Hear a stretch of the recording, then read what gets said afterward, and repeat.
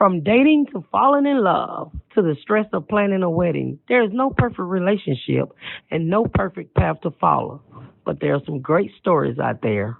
Wondery's new series, The Moment, hosted by Ingrid Haas, is a committed exploration of the beautiful and complicated thing we call love. Through the lens of some epic real-life love stories, Ingrid will look for answers to the questions that keep us up at night. Will I ever find someone? How will I know when I found the right person? And how the hell does anyone get to happily ever after anyway?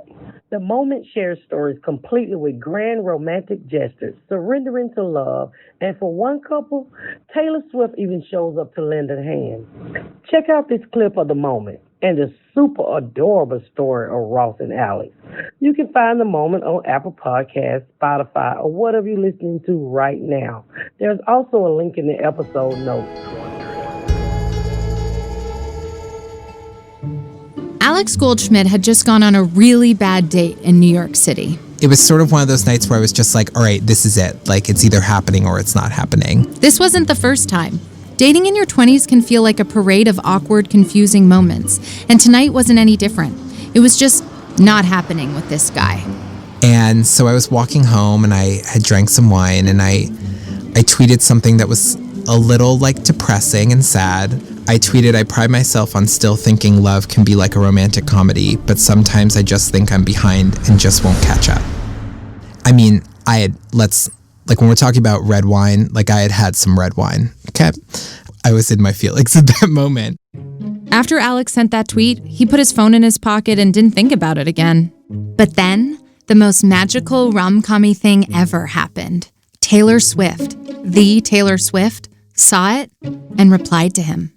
She responded to that tweet saying, go read Gaga's tweet that she sent me a few months ago. It's good love luck. Because it's not a tweet, it's a magical spell.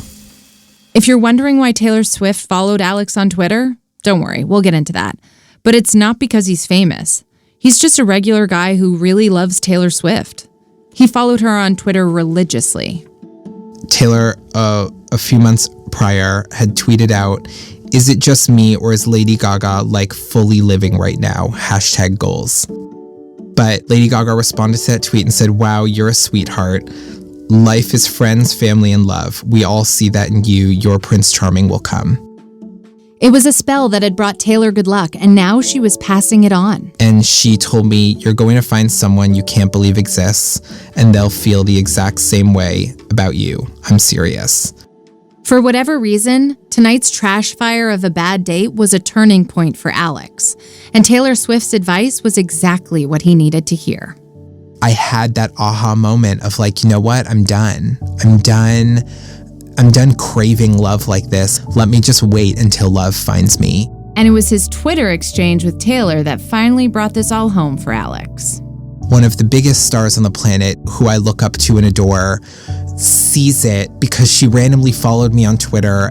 What is the likelihood that this would happen? Like this all seems like fate or like something bigger happening. I woke up the next morning and I was just like, cool. I'm gonna focus on my career. I'm gonna focus on loving where I live. I'm gonna focus on loving every day of my life. I'm just gonna focus on like being happy. It will come when it's meant to come.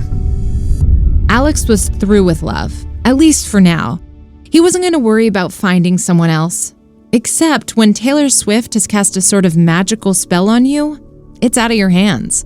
Your true love is bound to come along.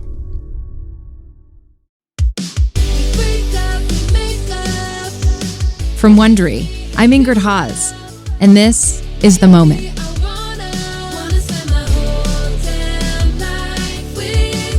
This is episode 1, the Taylor Swift of it all. I just got engaged, congrats to me, and while my engagement story looks amazing on social media, I will say that love isn't all magic. In fact, the relationships that work in my life have used almost zero witchcraft at all. And believe me, I'm into witchcraft. I mean, I've done it all. I've put crystals all over my body, praying for the one to come. So I'm coming from a real place. I'm down with magic. But this series isn't just about the magic of love. It's also about the hard work, the unexpected turns love and relationships take. It's about what it takes for you or me or anyone to get to happily ever after. It's so hard to meet the person we want to spend the rest of our lives with. I'm no spring chicken. I've dated. It's a nightmare out there. It took me 4 failed relationships and approximately 1,000 awful internet dates. And then, once you find them, you're in a constant state of angst, wondering if they feel the same way about you, if you made the right choice, if we both want the same things. And that feeling doesn't always go away once you're in a relationship. Like the afternoon my fiance proposed was magical. It was by a waterfall on the other side of the planet in New Zealand. The pictures are stunning. But what they don't show you is the meltdown I had the day before, where I refused to leave my bed because I was convinced he was never going to ask me to marry him. The only witness was a stranger my fiance handed his camera to. She realized what was happening around the same time I did and kept shouting, "Oh my God, oh my God." But she got the shot and I have that video forever, so if you're listening, thank you. Why do we feel the need to hike out to waterfalls in the world's most beautiful places just to ask someone a question? And what's the right way to show someone how much we love them? Does it even matter? And in the case of Alex Goldschmidt, there was some magic. Taylor Swift gave him hope. And then eventually, one of her songs would inspire his marriage proposal. In true Taylor fashion, it was bigger and better than he could have ever imagined. So many people came up to me and were just like, you ruined proposals for everyone. They were like, how am I supposed to propose now? And I was like, sorry. That's a lie. He's not sorry at all. But before Alex could put a ring on it, he'd have to find his person. And even with billions of people in the world, that can feel impossible.